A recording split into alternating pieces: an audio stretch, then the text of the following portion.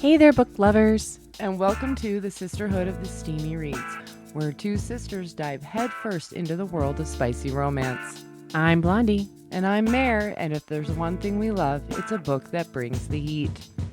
From the slow burns that make you swoon to the downright scandalous reads that leave you blushing.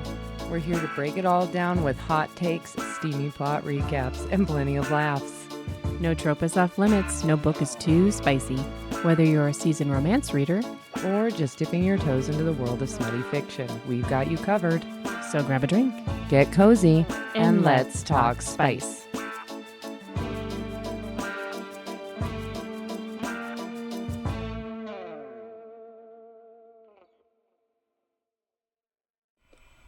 Hello! Hey there, everybody. Welcome back. We're just a day late and $1 short today. Yeah, shit. We're getting our shit together, I promise. Maybe. Well, somebody had to go to haunted houses yesterday. And I had so much fun. I know. But still, we have viewers that care. They love us, apparently. I bet more of them watch it on Saturday than they do on Friday night. Oh, for sure. Well, So. we might need to change it. I don't know. We'll see. We'll see. But we're here. We're back with another fun episode. So. All right. Nobody can hear you when you're not in front of your microphone. I'm sorry. Oh, and I probably turned the volume down on it too when I was using it the other day. Like here. Well, I can hear you just fine. I'm sure everybody else can. Okay. So. All right. I have chips on my thing. That's what you get for eating snacks during pre-production. All right. Let's make introductions. Hi, everybody. I'm Blondie. I'm your chaos whisperer for today's descent into madness. And I am Mare, your resident trope tracker and professional TBR enabler. So glad to have everybody. Yes. And welcome to episode 22 of the Sisterhood of the Steamy Reads. Sorry, I'm totally out of it because Gene, our mod, who's normally on helping us, he's like, I want to be there to help today, but a tree fell on my sister's house during the storm last night, so I got to go help. And he sent me a picture of like a giant, like 100-foot tree crashed in the side of his sister's house. Oh my God. Sorry, I'm totally distracted during our intro. We might have to redo our little like episode details section. Holy cow. I'm so sorry, Gene and his sister. I'm glad that everybody's okay and hopefully the damage isn't too bad. I'm so sorry to hear that. And we do miss you, Gene. Yes, we miss our mod. We need to find another mod. Well, we just need to have backup mods. I know. I keep reaching out, but nobody wants to do it. All right, let's get back to our episode details. All right. Welcome to episode 22 of the Sisterhood of the Steamy Reads. Today we're diving into Magical Midlife Dating by K.F. Breene, a hilarious heart-tugging paranormal romance where a midlife magic and second chances collide. And let's dive into those trigger warnings. All right, hold on. Only a few. I gotta get my book covers up. I gotta get the trigger warnings up. All right, here we go. Trigger and content warnings for magical midlife dating. Divorce and themes of failed marriage. Resentment around intimacy. Awkward or uncomfortable sexual advances. Aggressive, unwanted physical intimacy. Sexual harassment. Explicit imagery. Unsolicited dick pics. And online dating sexual content. Crude sexual banter and innuendos, sometimes unwanted or invasive. Sexism and misogyny. Belittling comments towards women. Gender bias and minimization. Threats of violence, reference to killing or burying people casually in conversation. Paranormal violence and peril, attacking mages, violent magical battles, characters in cages over spikes. Threats of gruesome deaths, gore, violence, references. Vampires feeding on hikers. Mentions of burning bodies to ash. Creepy imagery, haunted house elements, possessed dolls that come to life and kill.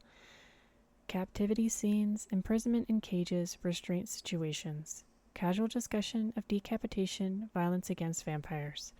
If any of these are triggering, we ask you not to listen because your mental health matters. Alrighty. So if you don't like any of those, turn it off now. But This they're is not very a dark. I was gonna say this is a really light book, so we just put that up just as a courtesy. Yeah, it's lighthearted and fun for sure.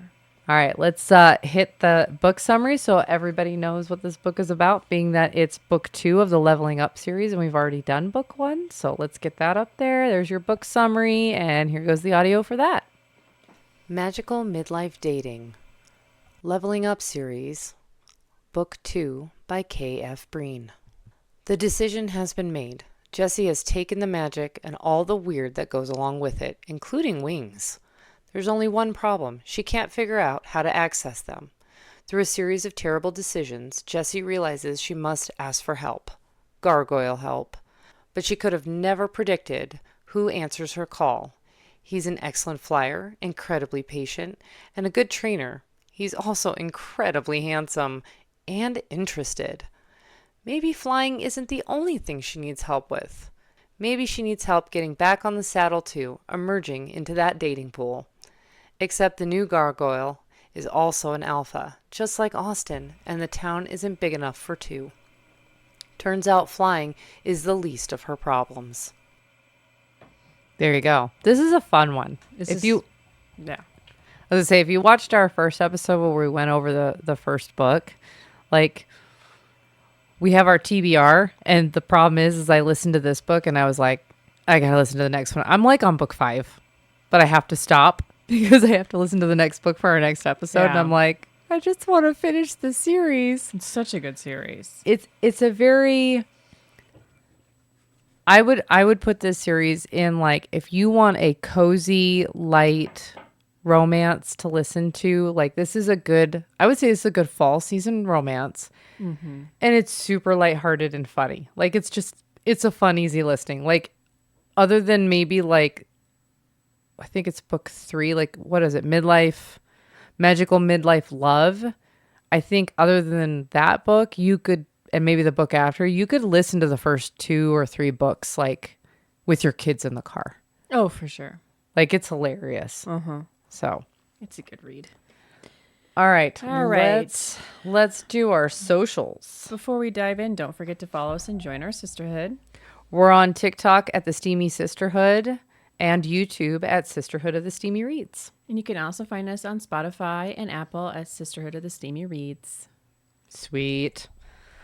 All right. Are we ready to hit our first segment? Yes. All right. Here it Hit goes. Meet the Madness. I feel like we need Trailer Man voice. Meet the madness in a world, you know, Where gargoyles and shifters collide. there you go. That's pretty good. I might be able to conjure those up if I have more time.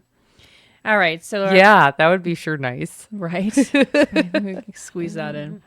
Jessie's midlife continues to get messier, sexier, and even more dangerous in this book.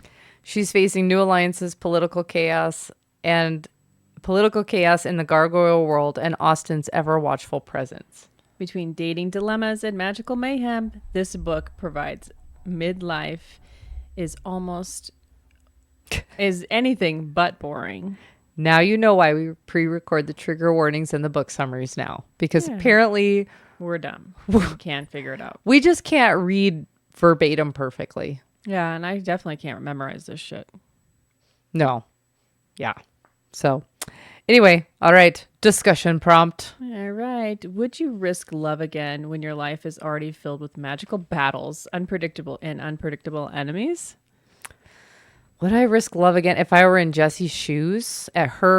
She's basically my age in Yeah, this she's- book. So if for some reason I was in her situation, I think I would probably want to get a handle of my magic and stuff first before I, like, dove into the complication of relationships. I agree with that for sure. It seems like a lot of, it just seems like adding another log to her ever burning fire of shenanigans she has to deal with. So would you protect your heart I don't above think it would everything be else? a heart protection. Like, I wouldn't avoid dating or love, but I wouldn't be, like, actively seeking it. Like, if it fell into my lap type of situation, I don't think I'd deny it, but I wouldn't, it wouldn't be the first thing I was concerned about on a daily basis. Yeah, and she's definitely not. I don't know. She thinks about it a lot, and the other people also pressure her into it. Like Niev and Mr. Tom and Edgar, they all seem really transfixed on getting her a mate or a partner. I think they're all transfixed on getting her laid. That one or the other. Either way, it's very unnecessary. It's funny. So, All right. okay, so some questions. How does Jessie's age and perspective affect her choices in love? Like I think we just said, like, I think she's on the fence about it. It's not, I don't think it's on the forefront of her mind. I think the forefront of her mind when it comes to that is like needing to get a release. But she's not like seeking love. She's not seeking like a deep relationship. She's Yeah. more seeking a fling, you think? Yes. I don't know if it's even that. I think after having been divorced, I think she has a lot better idea of what she wants. That too. And so I feel like she's being a pickier, which she has every right to be at that point in her life. And at the same time, I again, whether it's a fling or a deep relationship, I just don't think it's a priority for her. It's definitely not a priority. I think her opinion is if it happens, great. And if it doesn't, then it doesn't. Yeah. So, do you see Austin as a stabilizing force or a complication? I think if there wasn't the underlying sexual romantic tension between them and they could just be platonic friends, I think that I think he would be a stabilizing force. Like if they were strictly platonic and there was no attraction there and they were just buddies like she is with everybody else, I think it would be stabilizing. I think the fact that there is the underlying romantic tension there, I think it's stabilizing with complication. And I think it just adds more to her plate of things she has to deal with. Yeah, I would agree. That's just my opinion. What moments best embodies the magical midlife madness vibe in this book?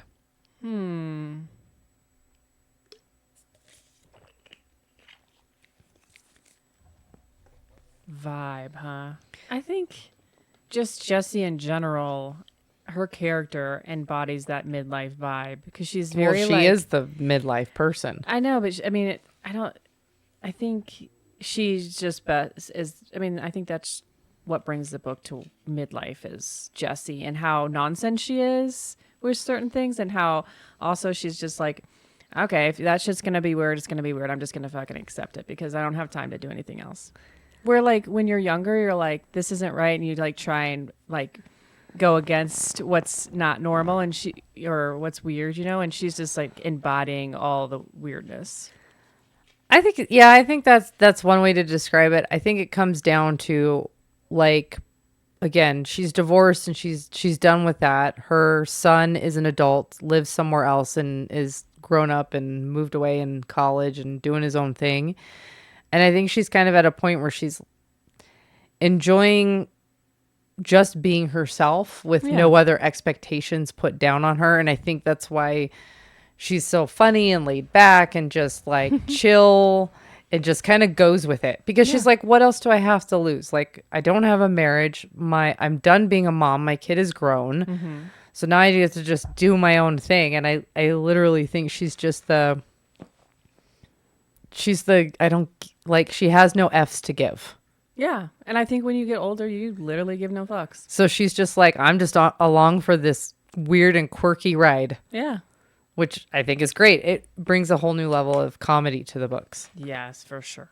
So let's break down this. Hold on. Spicy breakdown. Wait, hold on. Nice. You need to put that next to the spice breakdown so you remember to hit it. I do. I need to put the sound effect with it. We're working on it. Things I need to do. This is why we need Gene because he gives us our to-do list of critiques and criticisms we have to deal with afterwards. Yeah, he's like, this is what you said you wanted to do. I know.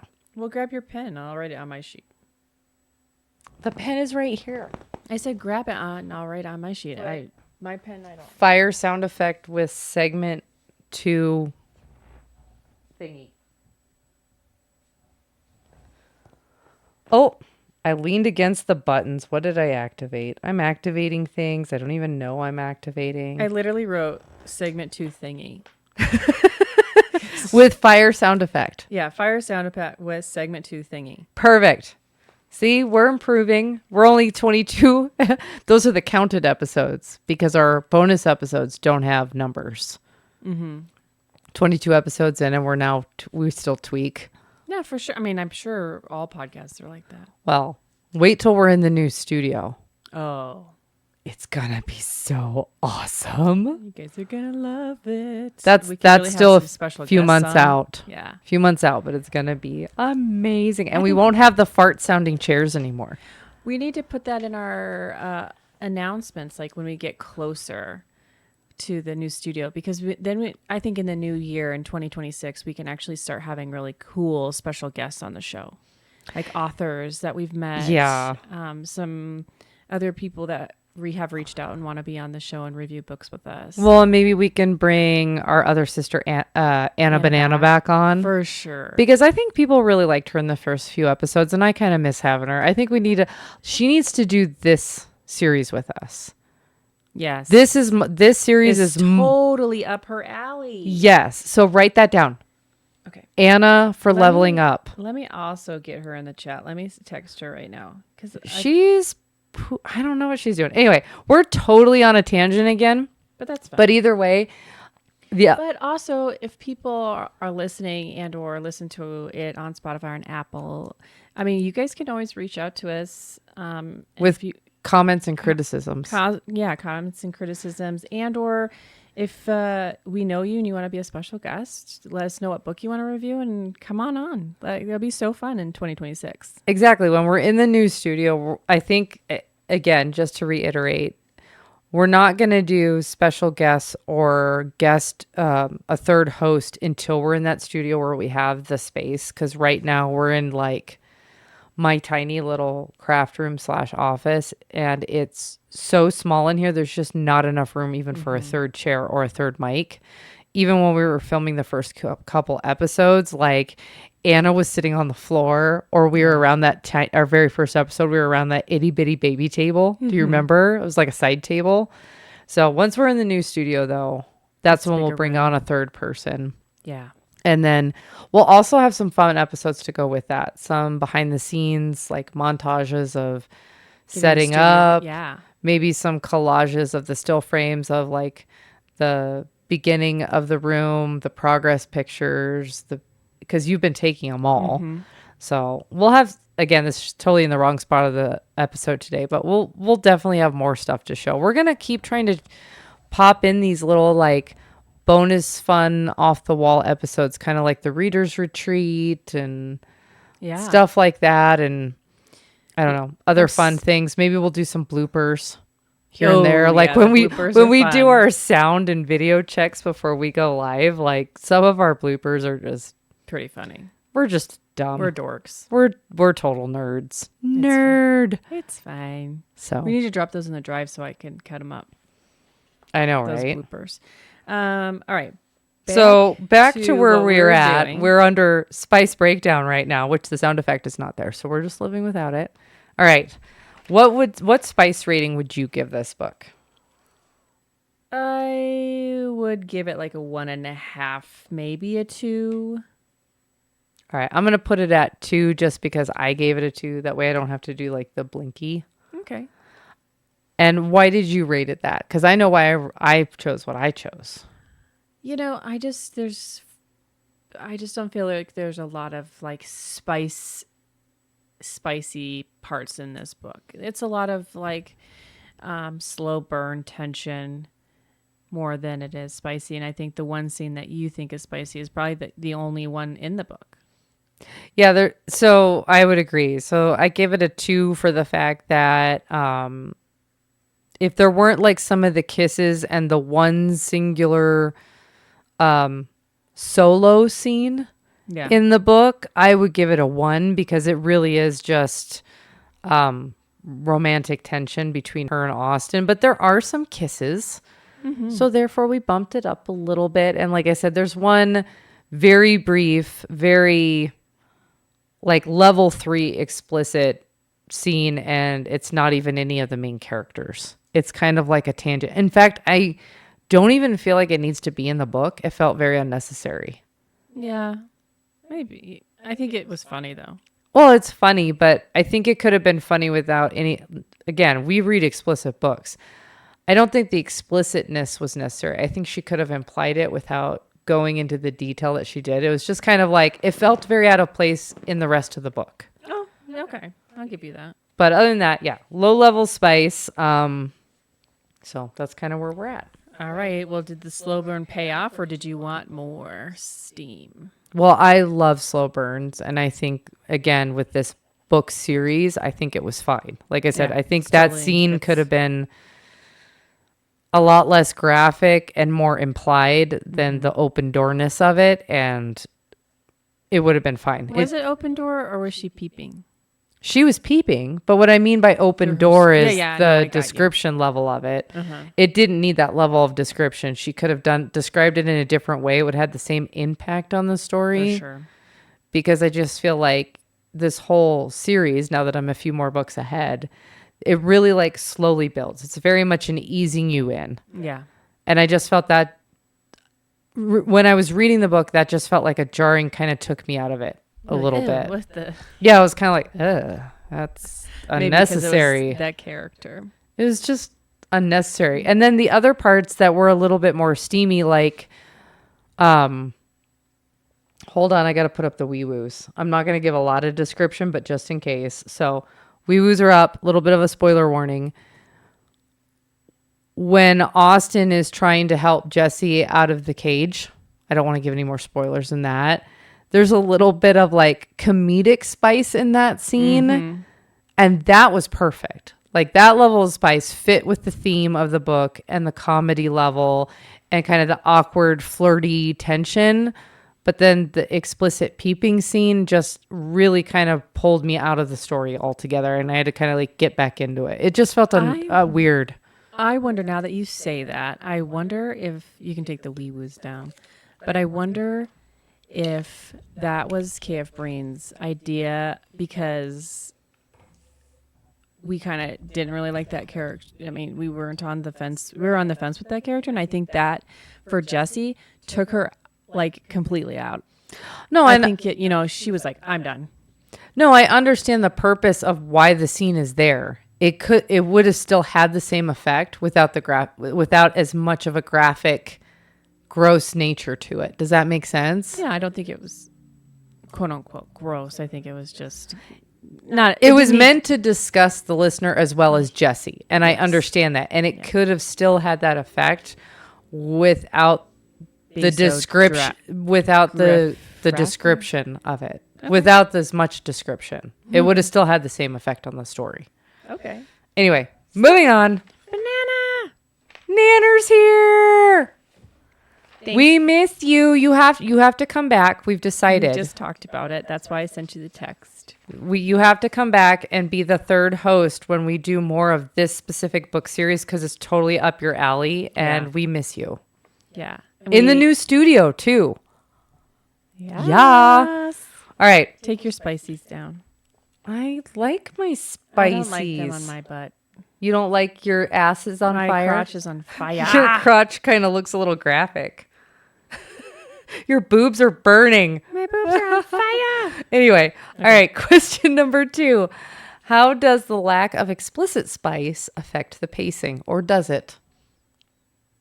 I think we kind of already covered this. Yeah, we totally covered it. It doesn't. It doesn't need it. No, it doesn't need it. I really want to meet her, because I feel like every time we've met an author and then read their books, they are so much like their writing. And I bet That is her, by the way. That's I KF bet, Breene. But I bet she is so funny and witty. Oh, absolutely. And I think she'd just be so fun to talk to. I bet she's a hoot. I bet she's a hoot. She's a hoot. All We right. need to get in cahoots with the hoot. Yep. All right. Next question, yours. Was the romance more heartwarming than hot? Of course. I mean, like I said, there were a couple I of think it's both. I think there were a couple of hot-esque like Yeah. tension scenes. Like I said, when I had my wee woos up, the spoilers up, there were a few of those. But like overall, I love this book series. Like I said, when I listen to this book series, I'm like, Anna would love this. Mm-hmm. You need to read it, Anna. Banana. Matt, it's the Leveling Up series by KF Breene. Yeah. Starts with magical midlife madness. And We might just have to group call you after we're done filming because we miss you. Yeah, we'll call you. We'll call you. We love We're you. calling you. If anyone that's listening doesn't know, Banana is our other sister. She was in the She's first two or three episodes. Maybe 3. Yeah. She was in our episode, I think 1, 2, and 3. Because Yeah. did she do Nocticadia with us? She did not do Nocticadia with us. She did. I know she was in episode Lights 1 and 2. She did Lights Out and she did Chasing the Wild with us. And then I think she did Butcher and Blackbird with us. Yes, so she is in the first 3 episodes. Yeah. We're bringing her back. You're bring- coming back on. Bitch is coming back. She likes it or not. Please don't choke on your tea. Don't make me spew it all over my microphone. All right, we ready for... You're going to spew into this. Name that movie. Napoleon Dynamite, right? No. You sounded like his brother. I know I sounded like him, but that's not what it's All right, then what is it? It's not spew. I think he says if... Yeah, I think it is spew. And he gets Oh, a wait, little wait. cup out of his pocket. It's on the tip of my tongue and I can't... You know when you know what it is, but you can't like verbalize it? Mm-hmm. All right, we're going to move on to segment 3. And then you need to tell me because it's like stuck. In your brain. It's stuck. I know See- what it is though. Oh, what is that? Oh, thanks for the best views. Dippy. Who is that? That looks like a bot. It is a bot. Goodbye, bot. All right, here we go. Darkness Breakdown. This is again where I need better sound effects like this. Put that in my notes. I just was about to write it. Seg 3 drama sound effect. Oh my God. All right. Here we go. Darkness Breakdown. All right. I know what I rated this. I let you do spice, so I'm going to do dark. Boop, boop. I rated it 2 hearts. Okay. I gave it a level 2. And the reason I rated it level 2 is there's some battles, emotional stakes, and a minuscule amount of danger, but overall it's still a light and hopeful, cozy tone. So I only gave it a 2 just because of some of the battles and violence and mild violence in it.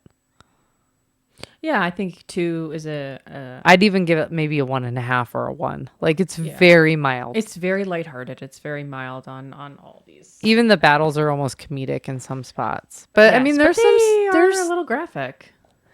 Yeah, but there's not a lot of blood or anything like that because it's like magical battles. It's Just paranormal. So Head ripping off. It's fine.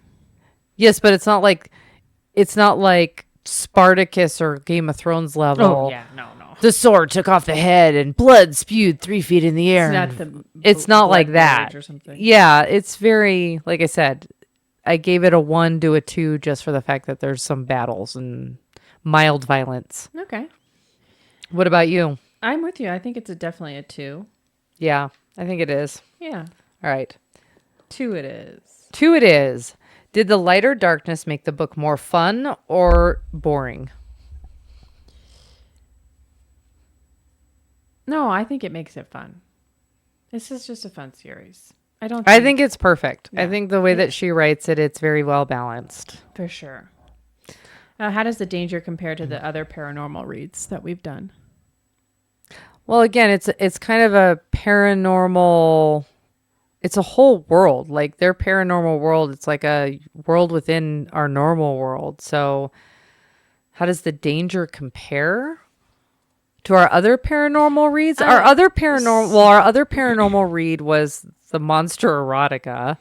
No, think of Phantasma. That's a paranormal. Yeah, And I would give that. I would say the danger in this is much lighter. This Yeah. is just a light book. Yeah. Like if this were to be a movie, because that's an analogy that I think everybody can get behind, I would rate it like PG-13.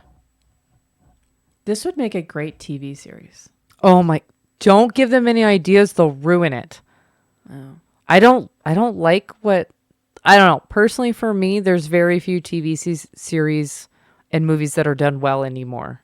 Yeah. I would say in the last 10 years, I think all of that level of media, other than a few exceptions, has pretty much fallen off the rail. Yeah, they're ruining it. If they remake anything or turn a book into a movie or a TV series, they just ruin it. It's either poorly cast, and if it's not poorly cast, it's poorly written, or it's really good, and then the writers or producer or director decides to just take it in a whole nother direction and screw it up. Like a perfect example, The Witcher. First season of Witcher was awesome. Like, Henry Cavill was perfect. He loved the source material. It was great. And then they just decided that after season 2, he was gone. And like, I have no interest in and not just because of him, like the story is just not as good. He's in season 2. I know. But what I'm saying is he left because they went away from the that's what I mean. game. They ruined, they went away from the source material and they ruined it. So again, true fans of The Witcher, or people are just being introduced to that type of content, the games and the books, because they're based on books, now have a altered or basically mutilated view of what the source material is. Mutilated. I say that, I use that descriptive of a word on purpose because they do that to everything. They ruin everything. You need to say it like that. Mutilated? Try it better. Mutilated. Yeah, that's better. I know. They just ruin everything. So no, as much as I think this would make a great TV show, do not make it into a TV show until you guys get better at what you do. No one that important watches our I don't care. I don't want them to ruin any more stuff. So I want to no, don't do it. Just don't do it. Because they ruin everything. Did you watch the new Hand That Rocks the Cradle? I saw a trailer for it on my TV. Don't watch it. No, I'm not going. Again, I saw enough of the trailer to go, this is a horrible remake. Rebecca De Mornay will always be the best. And I refuse to watch that. I refuse to support stuff this is the other thing. I'm sorry. I'm going off on a massive tangent because I need a tangent button. I know we do. We need a tangent button. We both need one. Add that onto your list. Tangent button. Okay. I'm going off on a mini rant tangent. Hollywood needs to get rid of their writers and bring in people with original ideas. Because if all you're going to do is recycle, sequel, or prequel existing IP, you're going to keep going down in flames and losing millions and tens of millions of dollars. Because I'm sorry, The Hand That Rocks the Cradle was a great psychological thriller when it came out in the mid to early 90s. And remaking it in 2025, number one, doesn't make it better. It was horribly cast, and I could tell that just from the trailer. And it's just terrible. Like, stop doing this. You guys are ruining all the good stuff from the 90s because you have no original ideas. Well, and the worst part is there are great people out there with original stories to tell, but God forbid you take any risk and bring down your budget a little bit, make it more. Sorry, I'm really angry about this because I love movies and TV. And I'm literally to the point where my husband and I very rarely watch anything new. We are rewatching things like The Sopranos, Breaking Bad. We're rewatching Spartacus. We'll probably start rewatching. Like, we're only rewatching good stuff made for television, like from 2019 and before, and maybe even earlier than that, because there's nothing new good on. Mm-hmm. Like, even the new stuff, like Stranger Things is ending, Yellowstone is over, and they killed off Kevin Costner in the worst possible way for the last season. Spoiler. Yellowstone, put the fucking wee-woos up, dude. Yellowstone has been out for a while. It's literally been out and finished. Here's my thing about seasons that are ending. I never watched the last episode because I don't want it to end. So, like, I've never even watched the last episode of Stranger Things on the last season. You're ridiculous. I know. It's like a weird thing I have. Well, if you watched Yellowstone, it's not at the end of the last season. It's at the beginning. Oh, I didn't see. I haven't watched that season. Anyway, either way, like, any of the good TV shows that are on are all either just ended or are ending, and all the new stuff that's coming out just looks like crap. So sorry again about the tangent. We need to have a tangent button apparently, but no. Don't make this into a TV Banana show. has a good point. She goes, they'll never stop doing it until people stop paying for it. Apparently, it's... Stop watching it. They need to stop watching it. It's apparently about introducing younger generations to these. And so here's what I was. But gonna they say. introduce Hold them on, in a shitty way, though. Let me say something. So we watched Hand the Rocks the Cradle at work, right? And I work with a lot The of new one or the original? The new one. And I work with a lot of young people, and they're like, "This is crazy." And I go, "This is nothing compared to the original. Let's watch the original." And they're all like, "Oh no, it's too crazy. I can't watch the original." I said, "The original is the best one." Because they didn't even know there was an original movie to that. Yeah, so it's not introducing them. It's remaking something because they're too lazy because this whole this younger generation does never watch this old stuff. But then in this new generation and this new themes, they're adding all these other, this is a huge tangent. They're adding all these new things like, I don't No, tell me. I want to know. Spoiler. No, like, you know, if you look at the original Hand Rocks the Cradle, the cast is very... They're normal looking people because it's meant to be average families. Right. And there's no, like... Put it in there. Just say it. Gay and lesbian stuff in it, right? And now the new one definitely has that. It has different races in it. It's got all the things that they're putting in all the movies now. Oh. You mean it's remade for... Oh, Jesus. Sorry. You mean that it's remade for modern audiences and they've inserted the message? That's what you mean? Yeah, maybe mute and unmute. Better? Yeah, just in case it acts. So basically, they remade it for modern audiences and inserted the message into something that was totally unnecessary because it's about a Hand That Rocks the Cradle is about a married couple that brings in a nanny who they kind of screwed up her life, but they don't know that. So it's the same. So how did they introduce LGBTQ into that story? So it's the same concept. Right, it's the same thing, but the wife in it, before she met her husband, was in a relationship with a woman, and I don't know if her husband. How is that applicable to the current story, though? And then the nanny that they bring in, she catches her with it. What? You keep knocking your mic. I don't care. Keep going. She catches her what? With another woman, and like watches them. So they inserted something completely unnecessary into the story that wasn't even in the original. Right. And then they have the little girl. If you're going to watch it, I'm sorry. This is like I'm really just ruining it for you. But I honestly really don't. We kind of went off into a massive rant tangent. But this is what some people like to listen to. So at the dinner tables, the little girl that's like 8 or 9 or whatever has been hanging out with the nanny. And then at dinner... she proceeds to say that... nobody can hear you. There you go. Oh, she proceeds to say, like, I want to be like Daddy, and kind of goes down that rabbit hole of that. And the mom is like, what are you talking about? She's like, well, I want to be with the woman, and I want to be like the daddy. It was really weird. I don't know how she worded it. And then the mom freaks out. And again, so they put something that was completely unnecessary, had nothing to do with the original story in it to get across a message that is not needed in this story. Yeah. It's just ridiculous. Like, not that I want them to remake stuff, but if they wanted to bring that in, if from an older psychological thriller, it's in Basic Instinct naturally. So if they wanted to do that, they could, which they will never be able to replace Sharon Stone and Michael Douglas, but they want to remake it and put in their message or modern audiences, crap, whatever. Remake a story that already had that existing subplot in it rather than, again, forcing it into something that it doesn't need to be in. And again, I guarantee you, did it make the story any better? No, I don't think exactly. It didn't need to be in it. It doesn't bring anything better. It doesn't improve the story at all. Yeah. So anyway, all right. We definitely need a tangent button. Yeah. Kind of like our wee woos where like, it's just like random tangent around the screen. All right. All right. Last question. Was the balance of, I think we already answered this. Was the balance of cozy versus chaos done well? Yes. I think it was. Text my husband this code really fast.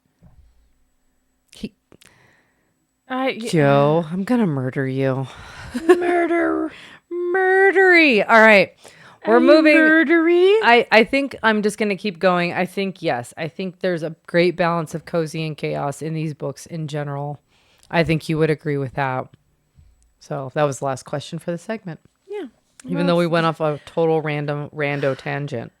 Yes, we're sorry about that. Not really. Sorry, not sorry. I'm not Yeah. sorry. Sorry, not sorry. And you guys are all going to love it when you But listen to hey, it. what do you think about the way Yeah, that media is being drop us a remade comment. and sequels and prequels and all of that, especially if you're more in like our like later Gen Xers, earlier millennial generation, like the stuff you grew up in the late 80s and 90s. Like, what do you think about it? Put it down in the comments. We'd love to hear what you think. So, all right. Segment number 4. Narrator rating. We Banana need goes, I definitely am feeling a little murdery. That's awesome.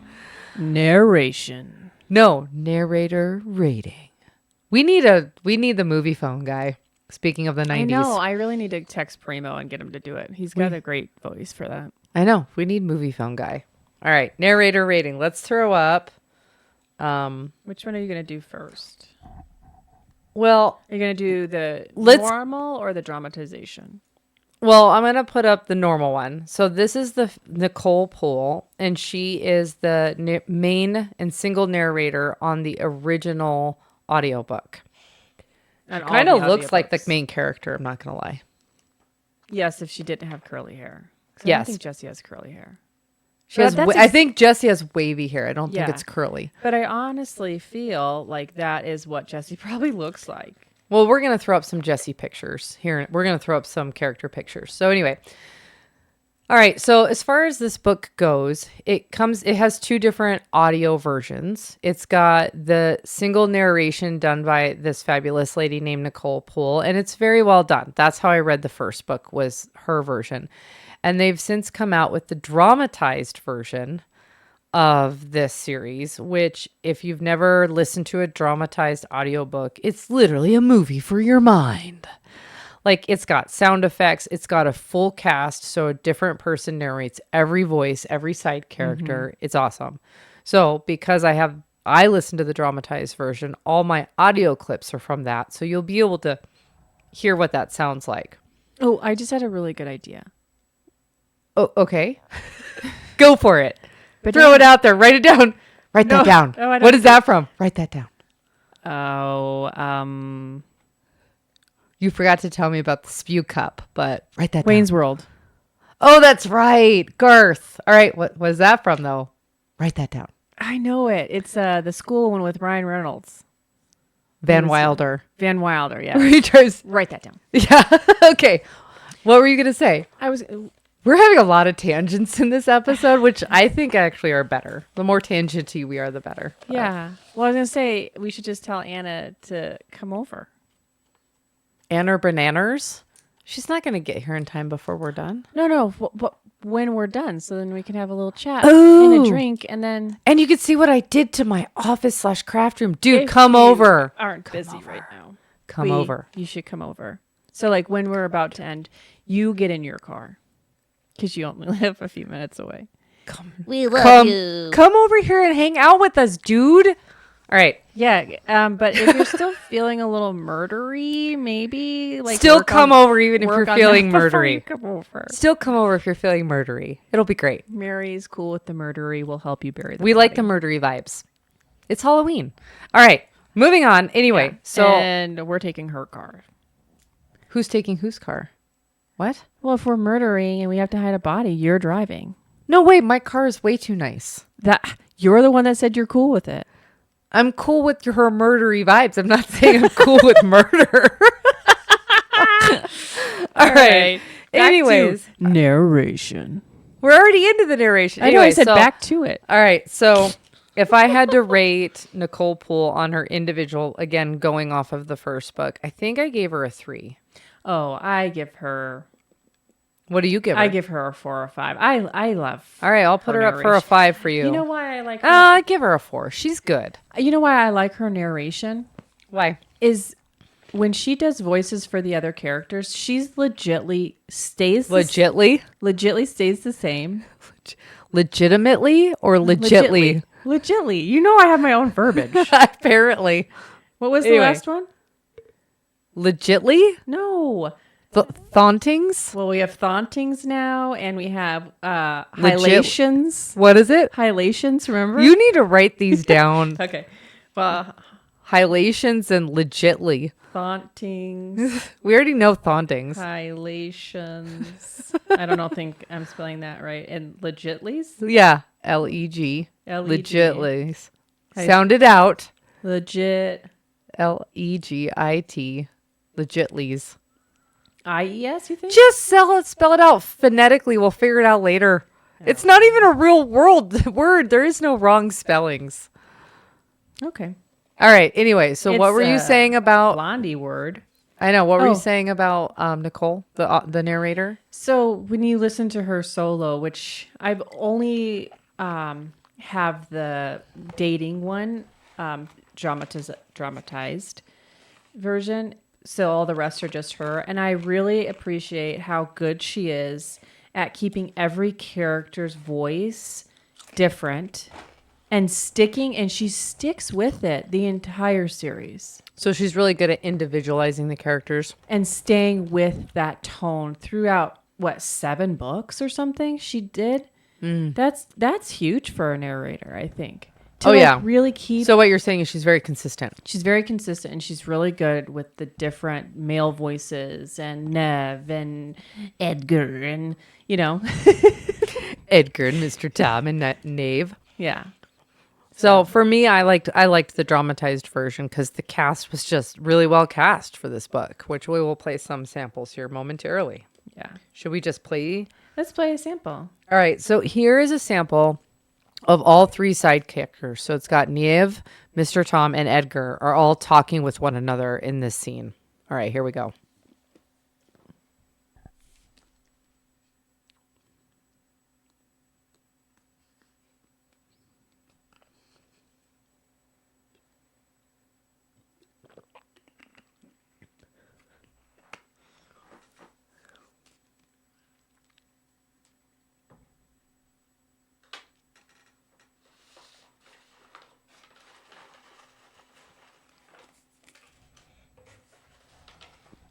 See, I like, obviously there's no sound effects in that one because it's just 3 people talking. There's not even like background music in that part, but all 3 are just good because the first character is obviously Mr. Tom, then it's Neve, and then it's Edgar at the end. So, and if I were to rate the dramatization, again, I really enjoyed it. So I would give it a 5 just because it was well done. The dramatization was fun. It's a lot of fun. It was just a lot for me. So here, let's put up a picture of Jessie in front of Ivy House. Again, we're reusing our images just to keep it consistent from our episode where we did book 1. Yeah, I love our images. I think that's totally what Jessie looks like. She's a badass. So But yet obviously very- none of these are animated because the animation feature in AI wasn't available yet. But I just want to stay consistent as we go over each book. Oh, I bet I could go. I think that's my Mid-Journey one. I bet I could go in and get it animated. Yeah, you can probably just upload it and obviously animate it. But I kind of like a throwback. I love it. So that's Jessie. Oh, Anna said Here's- she didn't hear anything. She didn't hear any of what? Probably what that recording was. Oh, let's try it one more time. Banana, tell us if this plays.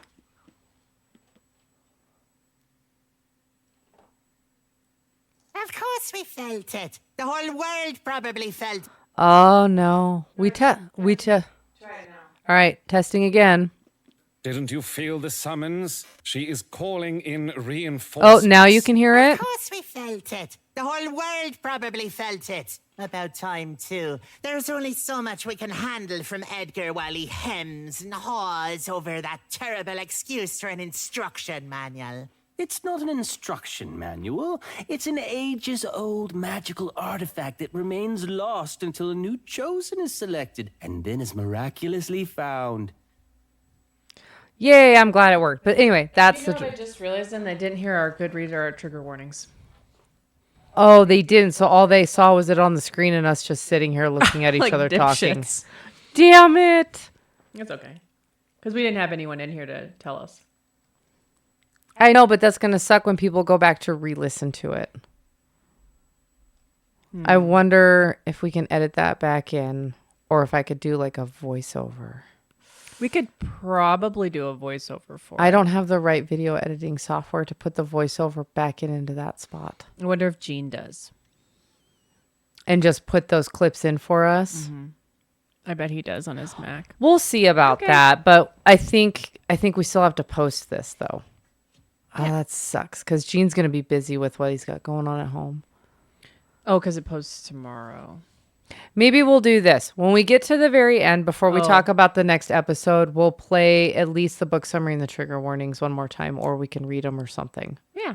I mean, they're not... The trigger warnings are kind of unnecessary, honestly, because this is like such a light book. I recorded them? No, because it's a light book.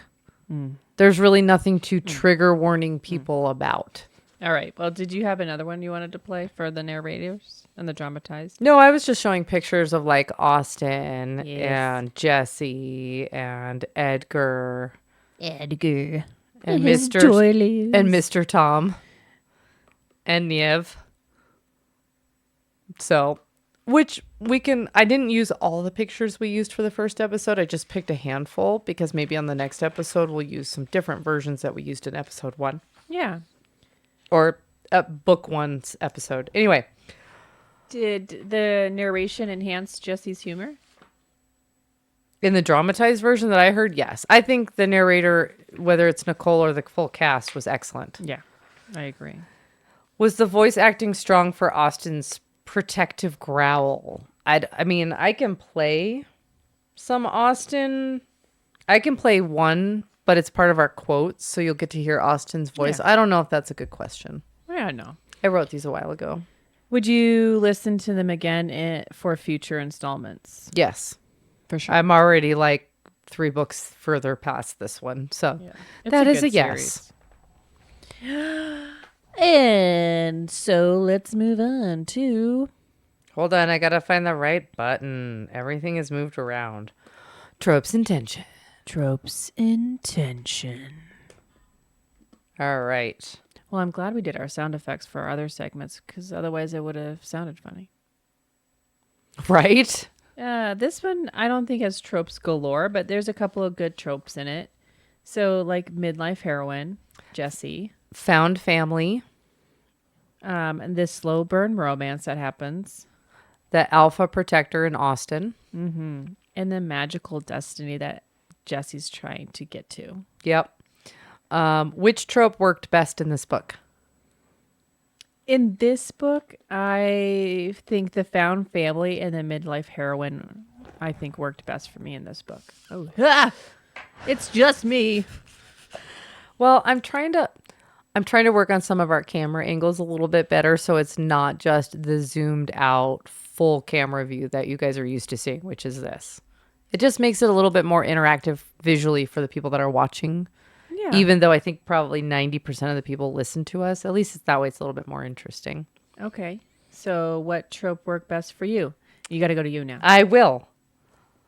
I think my favorite trope was the found family and the slow burn romance. I think those are the 2 best tropes so far in the series, and I'm even ahead of this book.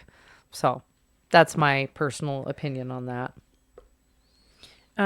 Did the found family element shine? Absolutely. I love it. I love Mr. Tom and Edgar.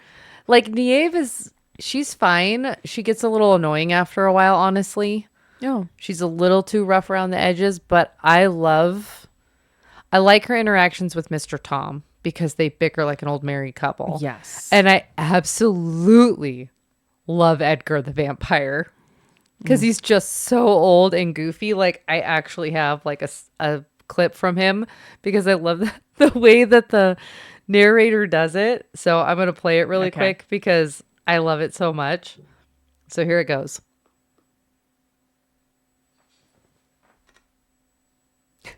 Up again, opening a cabinet on an empty entertainment center displayed proudly against the wall.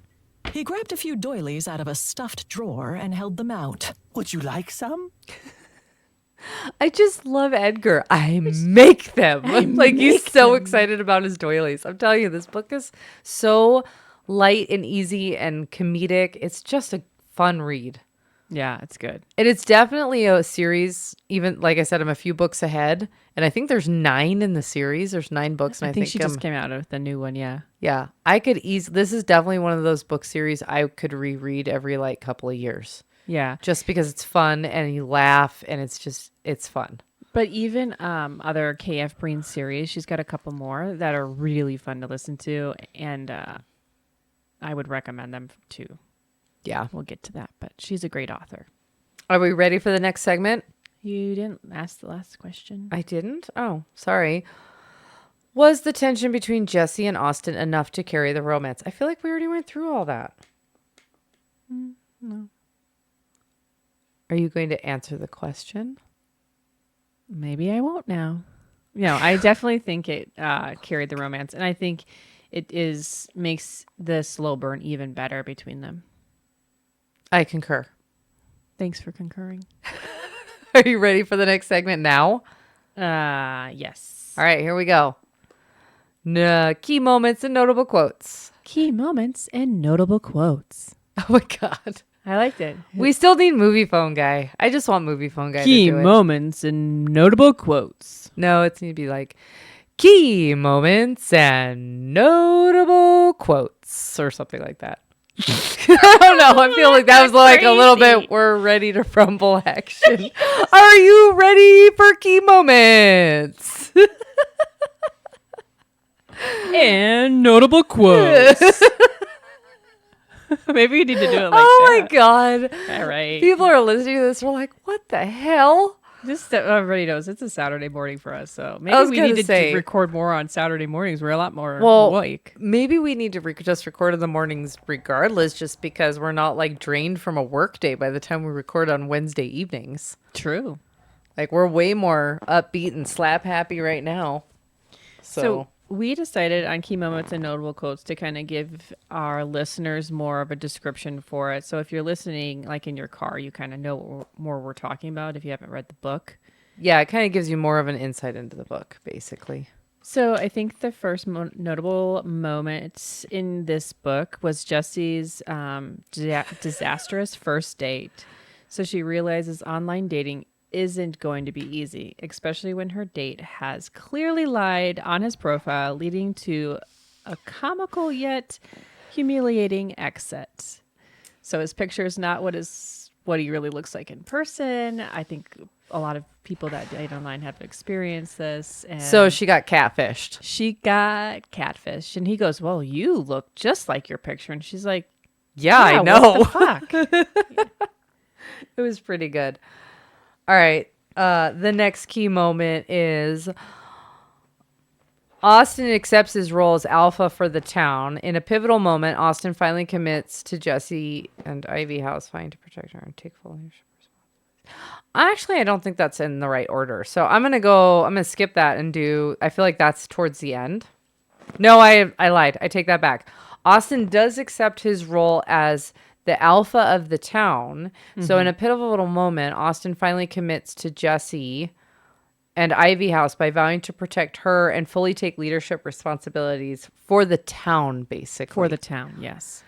But that's it. Like that's where he draws the line, because he doesn't want to get sucked into like the inner circle or like the committee of Ivy House. Not just yet, yeah. Yeah. All right. Then the next notable part in this book is Jessie's training and her first attempt to fly. So with Nev, Mr. Tom, and Cedric, which is a vampire that she called to her, I thought it was Edgar.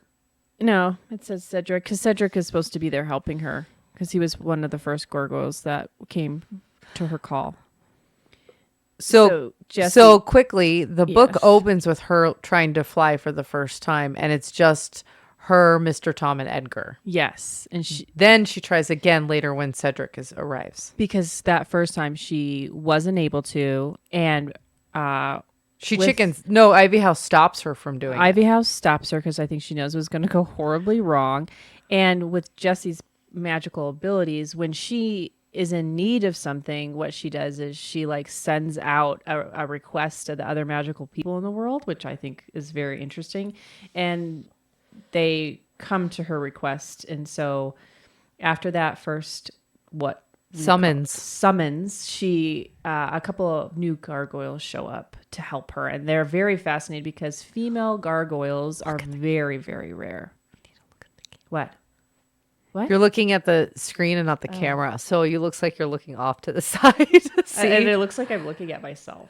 Then you're looking at the camera. Watching you bitches. So it is really fun to like see her summon. So in this next trials, the summons that she put out, Cedric is one of the gargoyles that came to her calling, and she jumps from a terrifying height and tries her wings for the first time, resulting in both humor and a bit of danger.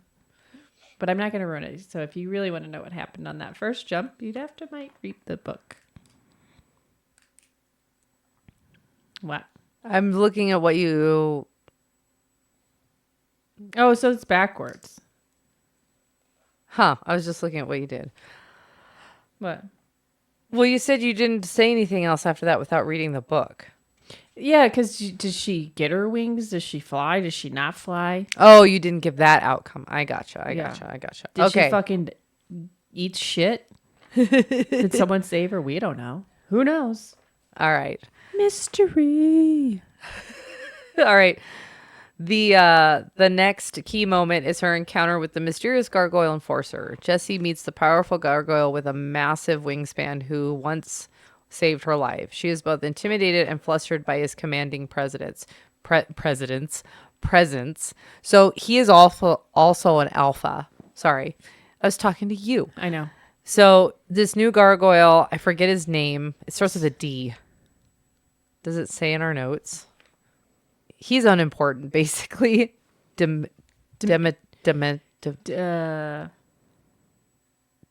Oh, well, it doesn't matter. I was going to say Demogorgon. That's very You're a little stranger. You're in a Stranger Things situation right there. It's like Demetrius, but it's a different name than that. Close to that, though. It's close to that. So we're going to just call him D. So she meets this new gargoyle. He's like big and buff and kind of good looking. And I'm just going to call him D. And he comes off with this commanding presence because he's also an alpha. And again, I guess gargoyles are highly sexual apparently in this book series. So he's very like flirtatious and like protector. And he's like, I'm going to be here for you. And da da da da. I can meet all your needs. I can meet all your needs, baby. And like, it's kind of cringy and campy, which is why you're hearing, like, you're seeing this all from Jessie's perspective and you're just laughing your butt off the whole time. So, all right. You're next. So with these new gargoyles in Jessie's house, she's got to assert authority over Cedric and Alec and Dee. She forces the gargoyles to stand down, providing she can command respect and hold her own as Ivy's house chair. Because I think the big gargoyle tries to kind of dominate her, and she was like not having that shit. She's midlife. She ain't got time for that shit. She knows who she is. She doesn't need that help. Well, she's the heir. She's the heir of Ivy House, so she's supposed to be basically the commander. She's basically the alpha. For lack of, she's the alpha of the house, and he kind of comes in and starts kind of ordering the other gargoyles around where she's supposed to have this control. Yeah. So she has to like reassert. It's kind of like a pissing match. She has to reassert her dominance basically because he constantly kind of challenges her for that. And she's also trying to learn to be that type of leader. And it's funny because in her head, she's like, I was the head of the PTA and ran all these things for my kids' school as well as my house. And I did all this. And she's like, if I can get a bunch of crazy moms in an elementary school together and organized, I should be able to wrangle like a handful of gargoyles. So it's kind of like a fun, again. It's totally a midlife mom thing to say. A midlife woman. It very much clicked with me as far as that goes. Like when I was listening to the book, I was like, hell yeah. So it worked. All right. So let's see. The attack. Dun, dun, dun. All right. So the next key moment is the mage attack at Ivy House. So Jessie narrowly escapes a deadly mage ambush, highlighting the growing danger as enemies put a price on her head. So because she's the heir of Ivy House, it puts her in the massive amounts of danger as far as the paranormal magic world that she lives in. She basically is amassing so much power, like she will be the most powerful magical being, which has basically put price on her head, like it says. And so some mages try to attack the house to kidnap her, basically. Yeah, because they know how powerful, she is. Yeah. So, well, and she hasn't learned all of her power. She's coming into her power. Yeah. So they're attacking now where she's in kind of a weakened state. Good. That's a great way to explain that. Yeah. I liked that. And then she also continues to have those awkward dates moments. So Jesse's fumbling encounters from online dating to overstepping suitors reflect her struggle to balance love, confidence, and magic. So she continues to have so her and the Gargle D go on a date, and it's just a wreck too. Like, Jesse's just not made up for dating, I don't think. Well, it's just an awkward date because she doesn't really know how to act because he's kind of domineering and has this, hot guy Chad presence. And then they end up going somewhere and Austin's there and they've got this weird chemistry, sexual tension going on, and Austin gets kind of pissy about it. And basically every one of her attempted dates is kind of what I call them, end up turning out poorly. Like all of them just turn out really bad in the end in some way, shape, or form. Yeah. That's just Jesse, though. All right. We're going to give the last key moment, but we're going to put up the wee-woos for it because it is a spoiler because it's at the end of the book. So we are going to throw up those wee-woos really quick. And the YouTube channel, apparently. Yes. Like, comment, and subscribe, and turn on the notification bell. Yes. Smash the like button. Oh my God. Hit that like button. No, it's smash it on YouTube. Oh, is it? Or if you're in case of the red flag guy who's on YouTube, the guy that does red and green flags that carries around the giant flags and comments on videos, it's gently assert pressure on the like button. I think is what he says. He's really sweet. Anyway, spoiler alert. So the wee woos are up. Last key moment. It's in the epilogue of the book. And I believe. So again, wee woos, if you don't want to hear it, you mute. And then when the wee woos come down, you can unmute. Yep. All right, here we go. The epilogue, Austin joins Ivy House officially. By the end, Austin is firmly part of Jesse's world, accepted into Ivy House, and openly showing his commitment to her and the magical family they're building. So he basically accepts the position of Jesse's second in the Ivy House. Well, he accepts Jesse in the Ivy House, and then when he goes into the You're going to give all the spoilers away on what order they're put in on the committee? Because I wasn't going to give that away. Oh. Well, you can. We have the wee-woos up. The wee-woos are up. But it's not he picks or Jesse picks the positions of these people that Jesse brings the order of command. It's actually Ivy House that directs them when they go into their conference room, if you will, on what seat they sit in. And they have to feel her and let the house, Ivy House, it's a she, guide them to their well, positions of power? Jesse calls Ivy House a female, but basically her voice is a female. In Jess's head, yes. So it could be Jess's inner monologue. You don't know if Ivy House has its own voice, I feel like. Yeah. Even later in the books, it could either way. But it was a female gargoyle. Oh, yes. Yes, you're right. So, yes, Ivy House is female, and Ivy House basically directs the new person that joins their committee to their position on the committee and has has its own process as to why and where they should be. And Austin ends up as basically the second. Yes. Okay. Wee-woos can come down. All right. Wee-woos are off. All right. Notable quotes. Yep. Do you want me to just start out with the audio one, or do you? Let's play 'em.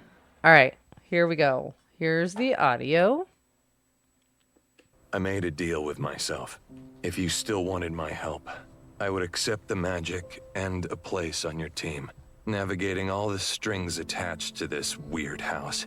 I would unite this house with the town. I would finally wear the title of Alpha, come what may. Oh, Austin. I know. I love Austin. I love Austin in this book. I almost want to replay it again now. Like, will you move the mouse over so it's not highlighted on the screen? Thank you. That's really annoying. All right. Yeah, Austin's like the full cast. His voice actor is really good. His narrator. Mm-hmm. We love Austin. I love Austin in this book. What a well-written male character. He is definitely the standard woman's fantasy of like second chance love. He has very few faults. But he has them. But I'm not going to get into it. I was going to say that's later in the series, but his faults are very few. I wish he had a little bit more. I wish he had more issues. I think he thinks his faults are huge when they're really not. Exactly. Like I said, written from a woman's point of view, he's kind of a perfect dude. But that's okay because it's a fantasy story. It's fiction. It's for fun. Of course, he's got a big deep. We don't. Well, I guess we. Yeah, we do. We want to leave something like, again, low spice, but it's funny as hell. Like we just. Yeah, let's leave it. You really got to read this series. This is such a great series. Okay. Okay. So hit the next quote that you want to read. Oh yeah. Help! Why is no one catching me? As Jesse plummets out from the sky. I know. I really wish I had pulled that sound because in the dramatized version, I was like driving and I was laughing really hard at that scene. Oh, I laugh at her. I laugh at this book. I've laughed at this book so much. It makes me giggle. I laugh out loud a lot at this book. Yeah. Do you have any more quotes? I've got one more audio clip, and it's not necessarily a quote. It's a funny scene, so there's a lot of good quotes in it. It's like a mixture of multiple characters' good quotes. Yeah, let's do it. All right, let's throw it up. I shall escort him in, miss. As Austin opened the front door, something thunked on the stairs. Well, what in the world?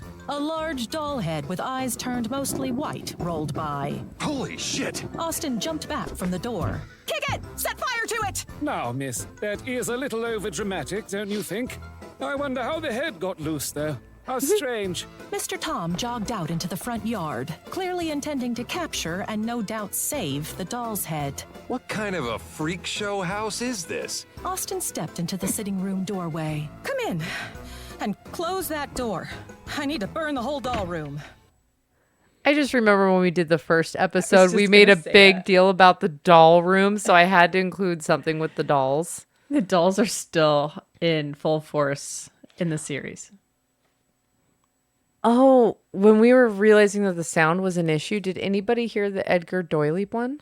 That's the one where we That's the one where we fixed it? Yeah. Okay. No, it was the all three one that we fixed it. So they would have missed the Edgar Doyley one. Oh, you can play the Edgar Doyley. I'm going to play that one because then we only have one more funny audio clip if we want to play it. And it has to do with the dating factor. Oh, I think we should definitely play it. All right, let's play. We got 2 more audio clips and then we're done with audio clips. So here we go. You collect doilies, then? I make them. Edgar was up again, opening a cabinet on an empty entertainment center displayed proudly against the wall. He grabbed a few doilies out of a stuffed drawer and held them out. Would you like some? I love Edgar. I make them. He's so proud of his doilies. I love how Austin in the book is like, you think that his doilies would be perfect by now since he's been doing it for like hundreds of years. Because he's a vampire. And they're all like kind of half-ass and crappy. They're still shit. Yeah, it's because his flowers are his thing. And he can't use makeup or magic for his doilies. This is true. And he uses magic on his garden. He doesn't cheat. He does totally cheat. They go over that. It's I not know. cheating. It is totally cheating. It's totally cheating. All right. And then here's the last one where Mr. Tom is giving Jesse dating advice with the other gargoyles. And it's so funny and like cringy. I love it. It's so funny. Here it is. His gaze flicked from Ulrich to Cedric. Ah, I was right then. And you're trading up. Yes, probably wise. Both of these men listen to you. They'll make sure your pleasure is as great as theirs. Just make sure they give you time to enjoy yourself. Who at the same time might be a learning curve. You won't want to constantly be fiddling with something when you'd rather focus on something else. Oh my God, Mr. Tom, you have to stop with all that. Oh I my just God. like Mr. Tom. I just love Mr. Tom. He is still next, like him and Ed. All the side characters are just so good in this book series, but I still love like Mr. Tom so much. Oh, Mr. Tom is the best. He's great. Okay. Moving on. Oh, we're into questions now. Which quote best captures Jesse's humor in this middle of chaos? Anytime she talks about the dolls. Yes, she fucking hates those dolls. The doll room. Everybody hates the doll room except for like Edgar and Nave. Like Yeah. they don't care Yeah, because they're so used to it. Yeah. Well, But- and Mr. Tom likes the dolls. He always puts them back where they're supposed to be. Yeah. Mr. Tom also names the weapons too, though. Yes. Either way, I think anytime Jesse talks about the doll room, that best captures the humor of the book in the situations, because the dolls are like a mini army for Ivy House. So if the dolls ever come out, they're either coming out because Ivy House is screwing with Jessie, which she does screw with her a lot, to like pick on her, like give her some crap, or the dolls come out to protect Ivy House and Jessie in some way, which freaks Jessie out. So she'll be in the middle of like a battle or some like situation where she's fighting off bad guys, and out come like some creepy dolls to do some really messed up stuff. So either way, I think those are the best quotes, but I don't have any at hand because We can only do so many. again, we talk about these things, and if we played all these great quotes, or if we put images up of all these funny scenes or whatever, we also don't want to make it so that you don't want to read the book. The whole idea is we're giving you our opinion of the story and our review of the book To entice you to go, if Yes. you haven't already, read the books. And even when we give negative parts of the book or we give any kind of criticism, we're never like hateful towards the author, because someone put their time, love, and effort into a story that they're telling us. And whether it's what we love or don't love, or like or don't like, or our jam, we're never overly critical nor like overly negative. It's more of a happy mix of we loved this, but maybe not so much this, or it could have improved on there. Because again, we're not just here for a shit talking review. We're not here to just rag and hot take it all the way through.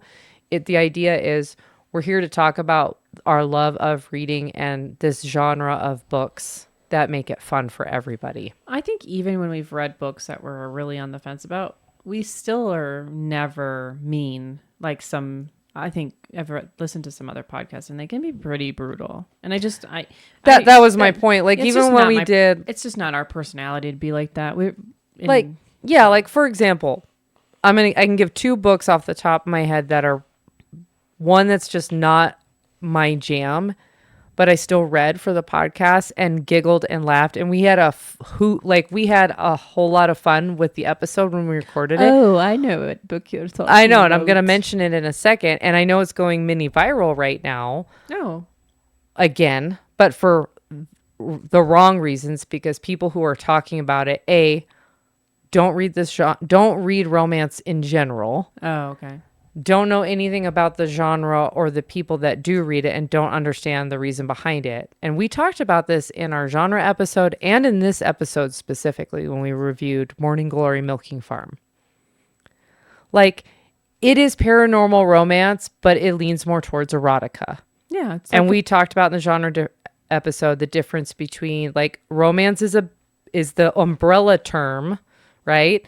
And then there's subcategories within that thing, which is one of them is erotica, where the spice or the sexual scenes drives the plot more than the plot itself. Like that's kind of the purpose, right? Yeah.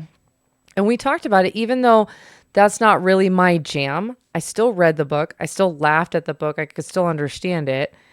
We'll probably read more in that series just for the people who that genre appeals to, and we'll have fun with it. Again, we still give criticisms, but we also give praise, because just because it's not our favorite book doesn't mean it's not somebody else's favorite book. And I found that when I watch video essays or book reviews, when people just sit there and say, this might be your favorite book, but just remember this is my opinion. And then they spend the next 40 minutes of the book review just ripping the book apart. Yeah. It's like, No. why not? Why do 40 minutes of ripping this author's work down that wasn't for you instead of just saying, I read this book, it wasn't my jam. Here are my criticisms. Here's where I could have seen it improve, and let it go. Instead, they do a 40-minute video essay on how basically it's the biggest piece of crap ever published. And my frustration is that, A, there's a lot of people out there that probably like that book, because otherwise why would it be published or be so popular on Book Talk? And in a series. And number two, whether you like it or not, an author put their time, effort, and if it's most of the time independently published, their own money on the line to get their story out there. So whether you like it or not, why do 40 minutes of bashing it?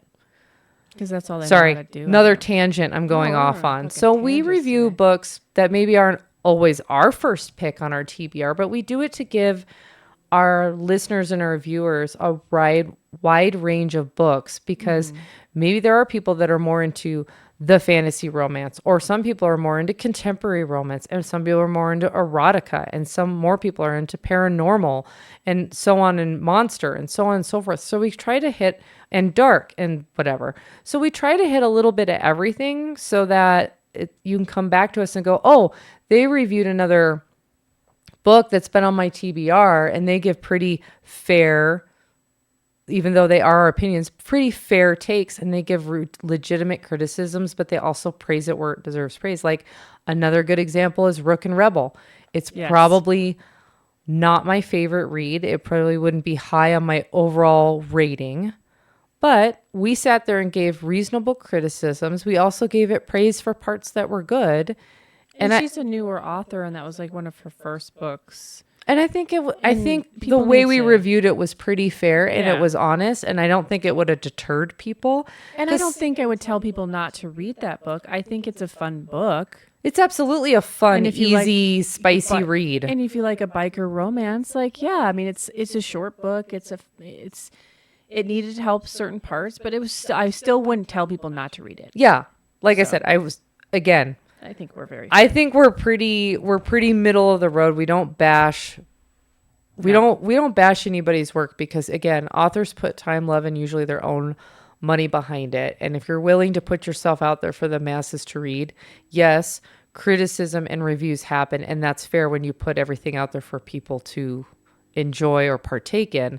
But I think there's a difference between maliciously reviewing someone's work and fairly reviewing someone's work. I agree. Because I feel like there's some out there that reviewed Quicksilver and were real assholes about it. And I liked that book. Compared to some of the other shorter, because Quicksilver is a big one. Like, that's a thick one. Yeah. And that's what she said. Right. Phrasing. That's another book that's on our TBR eventually. I think we'll probably do it after the new year. Yeah, I think we will review it right before she puts up the second one. Second one comes out next month. Oh. That's what I'm saying. Maybe we'll do that in the new studio. But again, that's another good book where, again, it's not for everybody.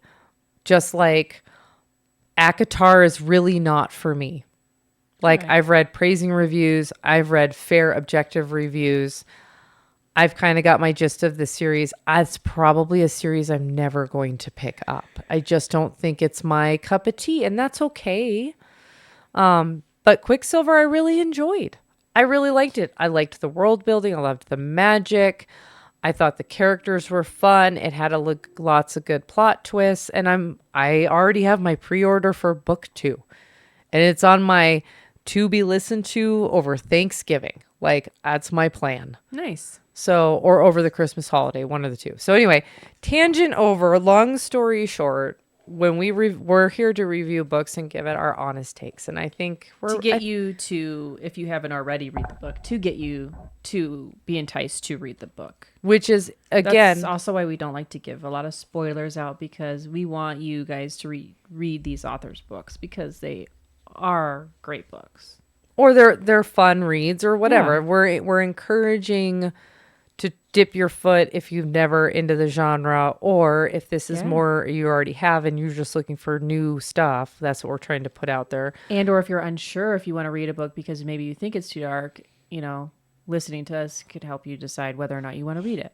Exactly. But long story short, on that same realm of encouraging people to check out the author and their works and their books, please check our description box. We have a standard format for our description box. It lists the trigger warnings or a link to a web page where the trigger warnings are listed. It also has links to the author's website. They're usually social medias if they have Instagram, Facebook, so on and so forth. We also link directly to the book webpage if it exists. We also link to Spotify playlists if the author's created one or has one on their profile. We link to that if the author doesn't have one. I link it to fan created Spotify playlists because sometimes books have a whole list of music, and if someone's taken the time to sit there and save and put together a playlist of anywhere from 20 to 50 songs that the author's listed out, I give them credit. So if you want to add that to your Spotify, we also list out the chapters where the spice takes place. For the people that want to know, like maybe some people want to know how much spice is in something or when it's coming up, or Who knows? we put it in there for whatever reason. We also do a link to the Goodreads page. We also do a link to Amazon. None of these are sponsored. So if you click on the Amazon book link to add it to your Kindle or whatever, we do not have an Amazon storefront. We get no credit. It's just the regular Amazon link, just as a heads up to everybody. None of our links are affiliate codes or sponsorships. We don't make any money off of any of them. We just put them out there for our audience to save you the time of Googling, because I absolutely can't stand that when I watch YouTube videos. And they don't have descriptions or the name or the, or they say they'll put it in there and then it's not. Yeah. So they're always there. It's the same standard format for every episode. And again, if you have any recommendations or critique, please let us know so we can improve. Great. All right. Let's move on to final wrap up. Yeah. All right. Hold on. Wait for it. Here we go. You ready for your movie phone voice? Yeah. All right. Here we go. Wrap up and ratings. What are you clicking on? It keeps muting the desktop. Really? Yeah. I put the mouse somewhere else. Maybe that's why. No, it's not. It has nothing to do with that. But maybe it's something in the Steam Deck, I think, is doing it somehow. It's either the Steam Deck or it's in OBS. Yeah. But I can see it now, so I can see when it's grayed out. Sorry, technical difficulties. We're our own producers, mods, all the things. So you got to kind of bear with us when we have some few technical difficulties. All right. So the spice, we gave it a 2. Yes. And the darkness we gave a 2. Yes. And our overall rating of this fun, cozy, paranormal with lighthearted humor. I gave it a 4 out of 5. I love this series, so I'm going to give it a 5. Yeah. Like I said, I kind of said why I marked it down a 4 as far as that one scene just really took me out of the book. In general. So I give... You don't have to change it because I changed my rating. I mean, if you give it a 5, give it a 5. Yeah, I'm going to give it a 5. And the series a 5. But yeah. Keep in mind our overall rating. It's not like we add up the spice and darkness to come to our overall rating. Our overall rating is... I personally do my rating off of 5 distinct categories, which I'll give those out. We talked about them in our genre book journal episode, but I categorize it by characters, world building, writing style, plot, and fun level are the 5 categories I rate a book on between 1 and 10. 10 being the highest, 1 being the lowest. So my overall rating on this book with those 5 categories in mind ended up being a 4. Yeah. So like I actually have a process behind how I star books. I thought you said Starbucks right now. And I was like, okay. Sorry, star books. There you go. Who? Oh, that's my kid. For a second there, that was weird. Oh, yeah. Anyway, moving on. Final thoughts. This is a light-hearted yet empowering continuation of Jesse's journey. Readers looking for cozy paranormal vibes with humor and heart will find this installment a perfect fit. Mirror, who is this book good for? Oh my goodness. All right, here we go. Let's see if I can get to the camera buttons. Ready? Whoop. All right, here we go. This book is perfect for readers who love cozy paranormal romances with humor and heart, fans of midlife heroines embracing second chances and newfound magic, anyone who craves a mix of found family, magical battles, and a slow burn romance, listeners who enjoy audiobooks but will love witty banter and engaging narration. This book is definitely for you. So, your turn. Hey, Blondie, who won't like this book? I'm glad you asked. Who won't like this book would be readers looking for high spice, explicit smut, and dark romance. Those who prefer younger protagonists in their fantasies and romance. Anyone wanting a fast-paced, heavy action adventure without cozy vibes. I should have read that before so it didn't sound so choppy. We'll read the sentence again. Oh, meltdown.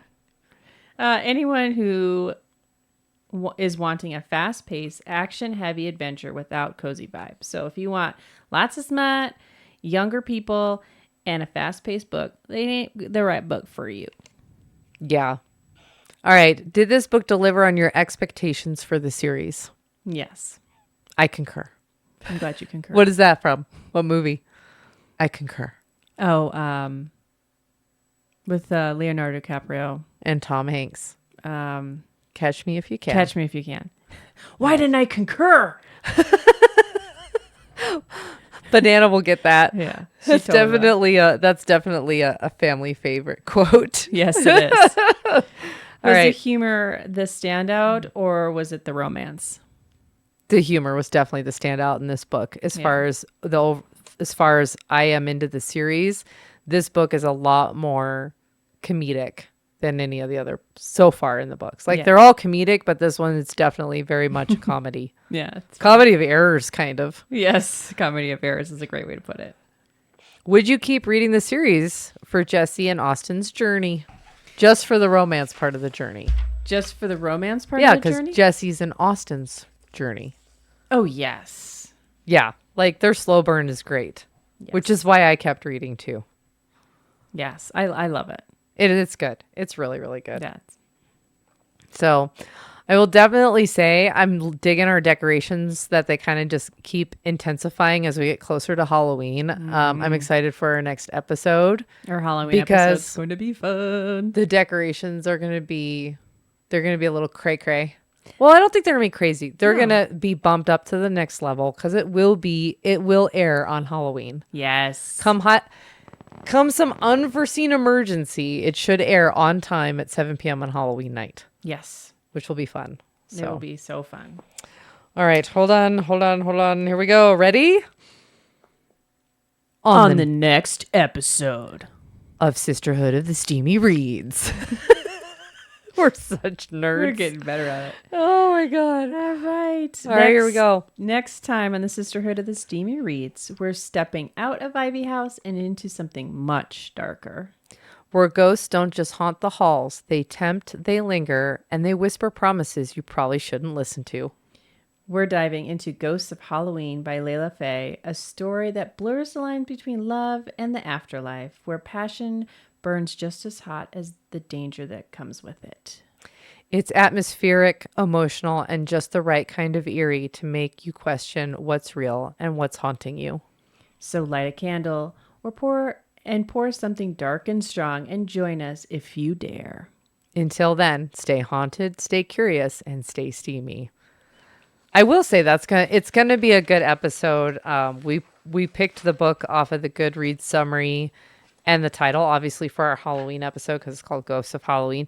It's actually like, I think 4 or 5 books condensed into one book. I love it. I know. It's going to be a good time. So don't miss it. And we'll see you then. Yep. Oh, we should do our social media shout outs before we leave. I was just about to say Yeah, that. I know. You were like wrapping her up, dude. Yeah. All right. Don't forget to like, subscribe, and follow us here on Twitch if this is where you watch us. But we also have a wonderful YouTube channel. We're also on TikTok, and we also are on Spotify and Apple Podcasts. And we look forward to seeing you next week. So Get spooky with us. on Halloween. All right, we ready? All right, let's say our goodbyes. Catch you last week, everybody. Later.